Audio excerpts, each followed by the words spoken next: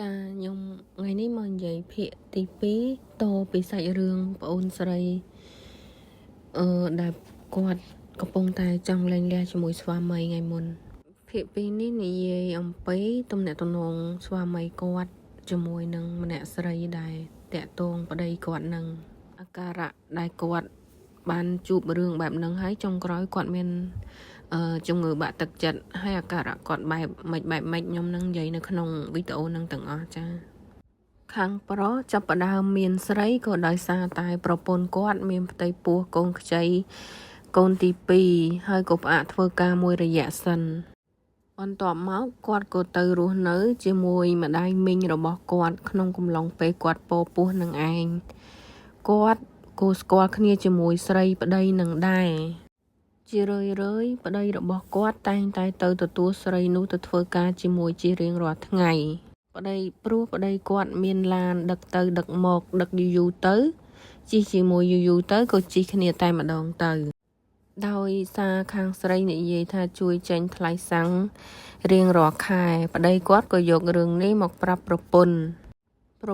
គាត់ក៏យល់ព្រមដោយគិតថារកប្រាក់ចំណូលបានបន្ថែមទៀតហើយគាត់ឥឡូវក៏ធ្វើការលែងកើតនៅតែផ្ទះម្យ៉ាងទៀតគាត់ក៏ស្គាល់គ្នាដែរនឹងម្នាក់ស្រីនឹងប្តីគាត់ធ្វើបែបនេះជារៀងរាល់ថ្ងៃយូរទៅក៏คล้ายទៅជាទំនាក់ទំនងស្នេហាលែងខ្វល់ជាមួយប្រពន្ធកូនទាំងដែលគាត់ជាប្តីល្អមើលថែប្រពន្ធកូនគាត់មិនឲ្យប្រពន្ធលំបាកទេទាំងលុយកាក់ប្តីគាត់បើកប្រាក់ខែមកឲ្យប្រពន្ធអស់សូម្បីតែអ្នកស្គាល់ក៏គេសរសើរគាត់ដែររួមទាំងខ្ញុំដែរសរសើរថាគាត់ស្រឡាញ់ប្រពន្ធគាត់ណាស់ឲ្យប្រពន្ធធ្វើខ្លួនកែសម្ផស្សធ្វើច្រមុះកាត់មុខកាត់មាត់ឡើងស្អាតថែមទាំងមើលថែទាំកូនប្រពន្ធមិនឲ្យលំបាកទេអូយអ្នកបញ្ចូលសលេងនេះឈឺពងកោខ្លាំងណាស់គាត់សុកចិត្តលំបាកម្នាក់ឯងចុងក្រោយប្រពន្ធគាត់ក៏ធ្លាក់ខ្លួនឈឺក្រោយសម្រាលព្រោះត្រូវឆ្លងកាត់រឿងជាច្រើនពេលកូនទី2សម្រាលគាត់ត្រូវមើលកូនម្នាក់ឯងហើយពេលសម្រាលកូនម្នាក់ឯងគ្មានវត្តមានប្តីទឹកភ្នែកគាត់ហូរមិនឈប់ឈឺចាប់ហួសថ្លែងពេលដែលគាត់នឹករឿងប្តីមានស្រីជាអ្នកស្គាល់គ្នាទៀតគាត់មិនអាចទទួលយកបានគាត់មានពោះណាមិនគួរសោះថាប្តីគាត់ធ្វើបែប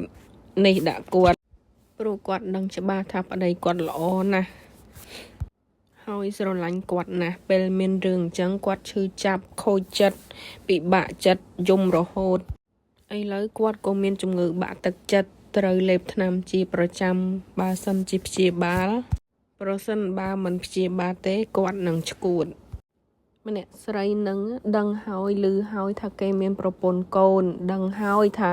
ជាប្តីរបស់គេដឹងហើយថាគេស្រឡាញ់ប្រពន្ធគេណាស់តែនៅតែតាក់ទងទៀតសូម្បីតែខ្លួនឯងក៏មានប្តីដែរក្បត់ប្តីខ្លួនមកសហាយស្មន់នឹងប្តីគេទៅវិញដំបងថាភ្លុកទេដល់យូរទៅជា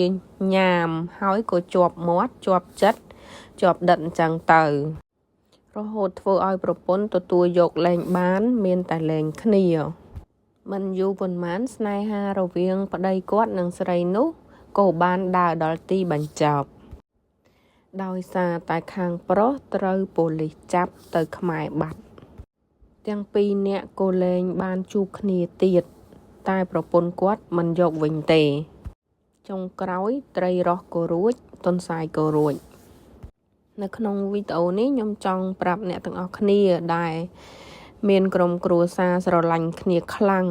ប៉ុន្តែត្រូវគិតដល់ថ្ងៃមួយគឺជាថ្ងៃដែលយើងមិនដឹងថាអនាគតទៅជាយ៉ាងម៉េចទេយើងត្រូវចេះទទួលយកការពិតហើយត្រូវចេះទទួលយកការបាត់បង់ព្រោះពេលដែលបាត់បង់ធ្វើឲ្យយើងឈឺចាប់ខ្លាំងកាលណាឈឺចាប់ខ្លាំងធ្វើឲ្យយើងអាចនឹងក្លាយទៅជាមនុស្សឈួតអត់ដឹងអីខូចសតិបាក់ទឹកចិត្តអញ្ចឹងទៅតែបើយើងអាចទប់ចិត្តទប់អារម្មណ៍បាននោះយើងនឹងអាចឆ្លងកាត់រឿងឬឧបសគ្គអ្វីក៏បានដែរមិនថារបស់មនុស្សឬក៏វត្ថុអ្វីទេយើងស្រឡាញ់ត្រូវតែមានព្រំដែនហើយត្រូវតែទទួលយកការពិតនិងទទួលយកការ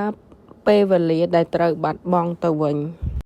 ព្រោះអ្វីនៅលើโลกនេះគឺមិនថិតថេរទេថ្ងៃនឹងល្អថ្ងៃក្រោយមិនល្អក៏យើងអាចថាបានដែរអញ្ចឹងសូមទទួលយក